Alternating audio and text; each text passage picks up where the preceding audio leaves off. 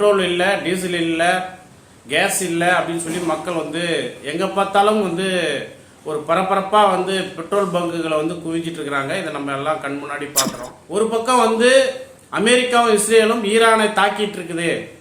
அந்த போர்னால தான் இந்த தட்டுப்பாடு அப்படின்னு சொல்கிறாங்க. அப்போ அந்த போரை நிறுத்துவதற்கு இந்த ஏகாதிபத்திய கார்ப்பரேட் நலன்களுக்காக தொடர்ச்சியாக அங்கே போர் நடக்குது. இதை நிறுத்துவதற்கு துப்பு இருக்குதா ஒன்றிய மோடி அரசுக்கு? ஏதோ ஒரு நாட்டுக்கு சண்டை அப்படின்னா மக்களுக்கான சண்டை இல்லை. இந்த நாட்டிலேருந்து அந்த நாட்டில் போய் கொள்ளடிக்கணும், சுரையாடணும், சுரண்டணும், இதுதான் அதோட நோக்கம். இந்த எப்ஸ்டீன் ஃபைலால் உலகம் முழுக்க ஒரு அதிர்ச்சியை ஏற்படுத்தியது.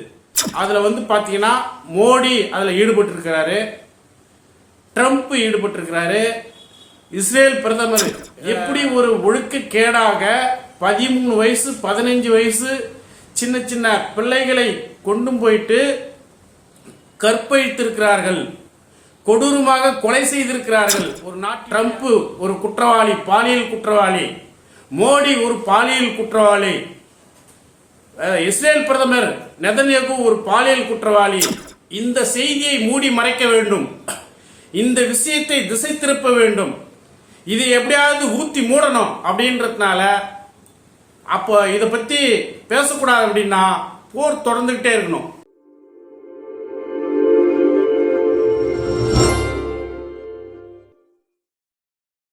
அன்பார்ந்த உழைக்கும் மக்களே, நண்பர்களே, தொழிலாளர்களே, தோழர்களே, உங்கள் அனைவருக்கும் வணக்கங்க.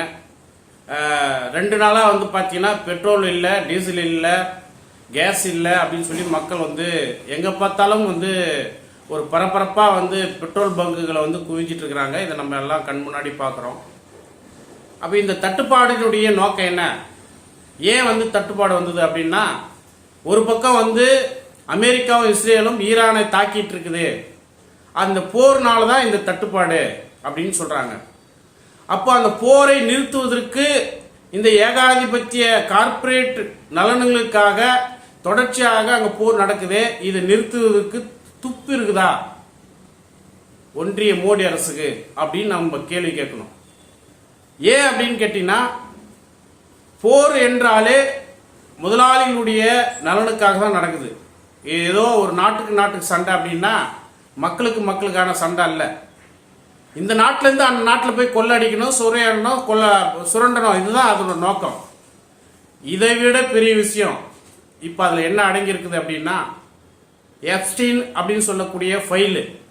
இந்த எப்ஸ்டீன் ஃபைலால் உலகம் முழுக்க ஒரு அதிர்ச்சியை ஏற்படுத்தியது. உங்களுக்கே தெரியும், ஆயிரக்கணக்கான வீடியோக்கள் வெளியிட்டாங்க. அதில் வந்து பார்த்தீங்கன்னா மோடி அதில் ஈடுபட்டிருக்கிறாரு, ட்ரம்ப் ஈடுபட்டிருக்கிறாரு, இஸ்ரேல் பிரதமர் அதிபர் ஈடுபட்டிருக்காரு.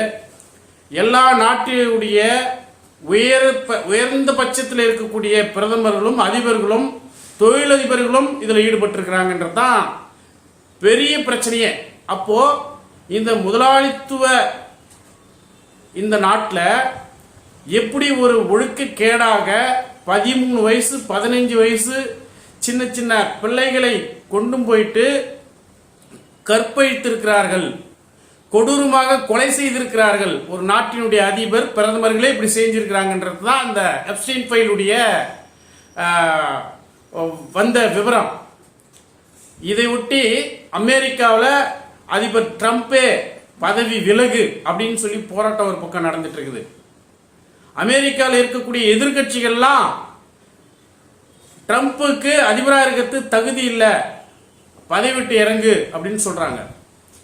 அமெரிக்காவில் இருக்கக்கூடிய நீதிமன்றம் இந்த வழக்கை எடுத்து ஒவ்வொரு விஷயமா வெளியில கொண்டு வந்துட்டே இருக்கிறது. அப்போ இந்த எப்ஸ்டீன்ற ஃபைல் வந்து உலகம் முழுக்க வந்து பார்த்தீங்கன்னா ஒரு குற்றவாளிகளாக, ட்ரம்ப் ஒரு குற்றவாளி, பாலியல் குற்றவாளி, மோடி ஒரு பாலியல் குற்றவாளி, இஸ்ரேல் பிரதமர் நெதன்யாகு ஒரு பாலியல் குற்றவாளி, இதுபோல இன்னும் ஏகப்பட்ட தொழில் அதிபர்கள் அதில் குற்றத்தில் ஈடுபட்டிருக்கிறாங்க என்ற செய்தியை வந்து நாட்டையே உலுக்கி இருக்கிறது.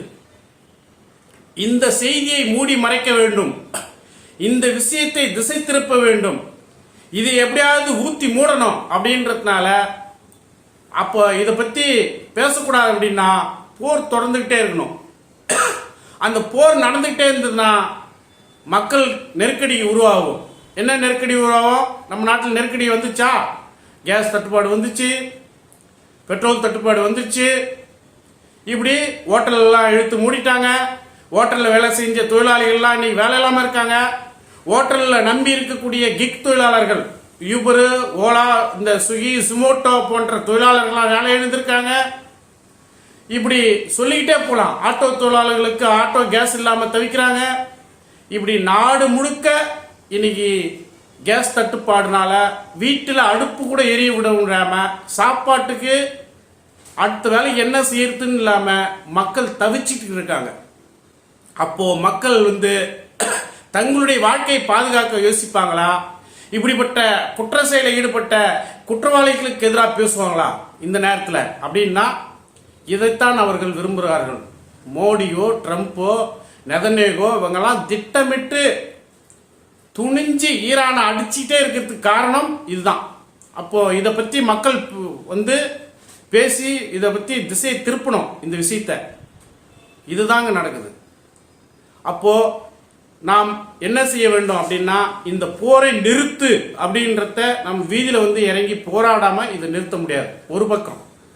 இன்னொரு பக்கம் நம்ம நாட்டில் இறக்குமதி மூலமாகத்தான் பெட்ரோல், டீசல், கேஸ் எல்லாமே கிடைக்குது. ஏன் நம்ம நாட்டில் கேஸ் ஆயில் கிடைக்கலையா? கிடைக்குது. கிருஷ்ணா நதியிலையும், கோதாவரி என்ற நதியிலையும், ஆந்திராவிலையும், அதே குஜராத்திலையும் இருக்கக்கூடிய ஆத்து படுக்கையில் கச்சா எண்ணெய் கிடைக்குது. நம்ம நாட்டில் கிடைக்குதுங்க. நம்ம நாட்டில் கிடைக்கிற அந்த கச்சா எண்ணெயை உற்பத்தி பண்ணி நம்ம நாட்டு மக்களுக்கு கொடுக்காம அதானிக்கு தூக்கி கொடுத்துட்டாங்க, அம்பானிக்கு கொடுத்துட்டாங்க. அம்பானி என்ன பண்றாருன்னா, உற்பத்தி பண்ணி நம்ம நாட்டில் நம்ம பூமியில் இருக்கக்கூடிய எண்ணெய் வளத்தை உறிஞ்சி எடுத்து அதை வெளிநாடுகளுக்கு கொழுத்த லாபத்துக்கு வித்துட்டு இருக்காரு. இன்னைக்கும் வித்துட்டு இருக்காரு.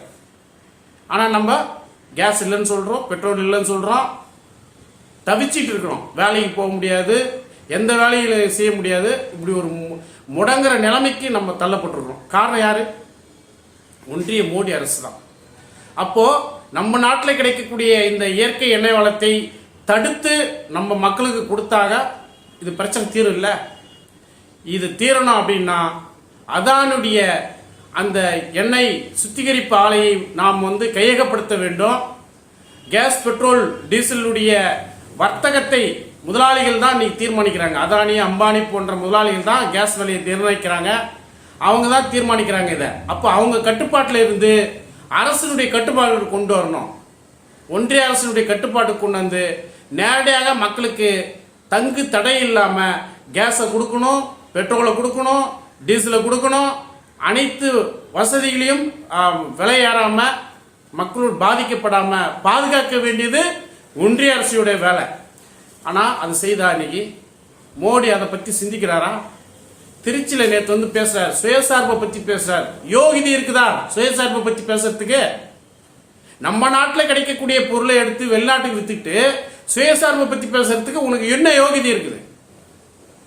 ஆகவே இரட்டை வேடம் போடுறாரு மோடி. இங்க இருக்கக்கூடிய நயினார் நாகேந்திரன் கேஸ் காலி ஆயிடுச்சா, என்கிட்ட கேளுங்க நான் தரேன்றார். அதெல்லாம் சும்மா வதந்தி அப்படின்றார். வதந்தியா? மக்கள் நேரடியாக நீ அனுபவிக்கிறாங்க கேஸ் தட்டுப்பாடை ஒட்டி.